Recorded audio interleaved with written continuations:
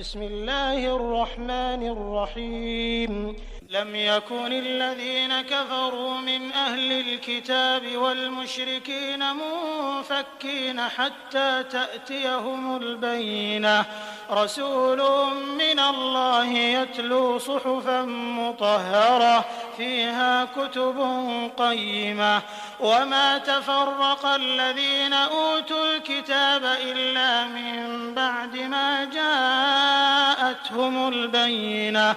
وما أمروا إلا ليعبدوا الله مخلصين له الدين حنفاء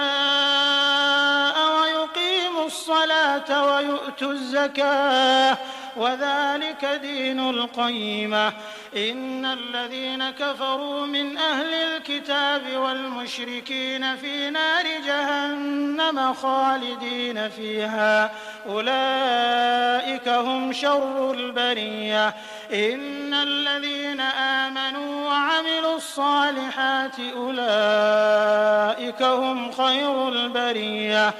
جزاؤهم عند ربهم جنات عدن